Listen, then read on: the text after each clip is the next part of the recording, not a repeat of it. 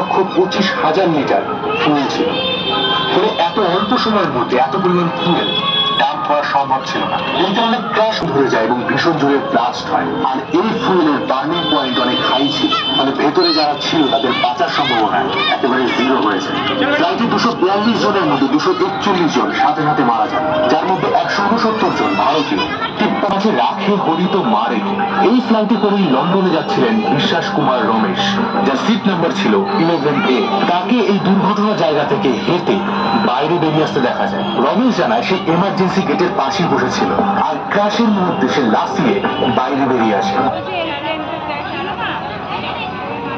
12 June 2025 দুপুর 1:38 আহমেদাবাদের passenger এবং 12 জন। গত 30 বছরের ইতিহাসে যেটা ভারতের সব থেকে বড় বিমান দুর্ঘটনা।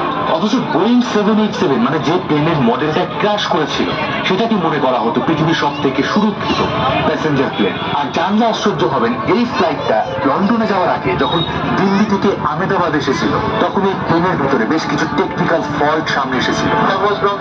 Ahmedabad sector of the same plane. In the tweet, I had shared 2 videos and 2 photographs.